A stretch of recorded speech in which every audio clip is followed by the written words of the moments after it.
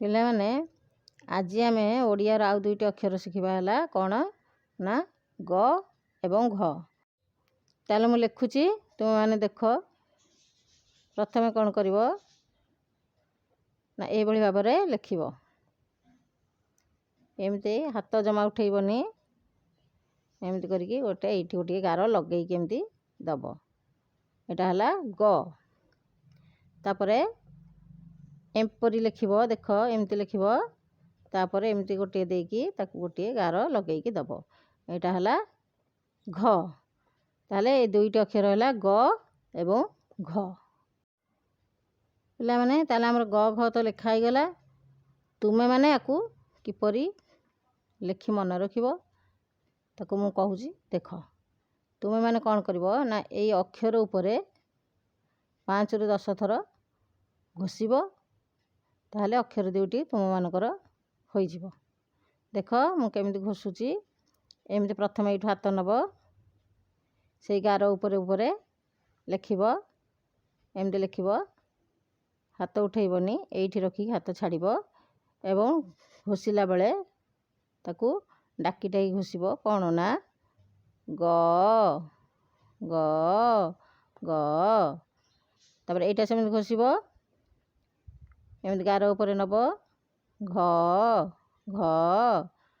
ପୁଣି ଏଇଠୁ ଉଠେଇବ, ଘ ଘ ଘ ଦେଇ ଏମିତି ଗୋଟିଏ ଗାର ଦେବ।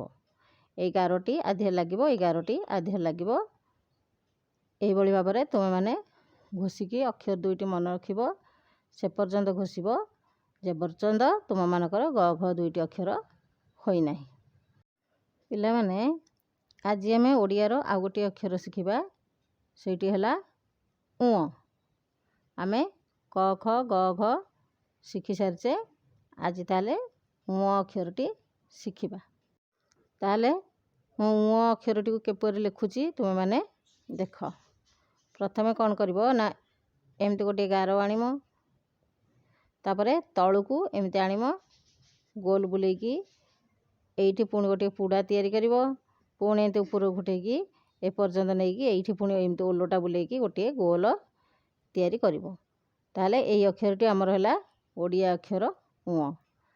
ଆକୁ ତୁମେମାନେ କେମିତି ଘୋଷିବ ନା ପ୍ରଥମେ ଏଇଠୁ ଆରମ୍ଭ କରିବ। ଏମିତି ହାତ ଜମା ଉଠେଇବ ନାହିଁ, ଏମିତି ଘୋଷିବ। ଗାର ଧିରେ ଆଣିବ, ଉପରେ ଉପରେ ପାଟିରେ ଡାକି ଡାକି ଲେଖିବ ଙ ଙ ଙ ଙ ଙ।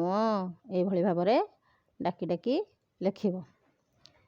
ଲେଖିଲେ କ'ଣ ହେବ, ତୁମମାନଙ୍କର ମନେ ରହିଯିବ ଏବଂ ଅକ୍ଷରଟି ତୁମେମାନେ ଶିଖିଯିବ।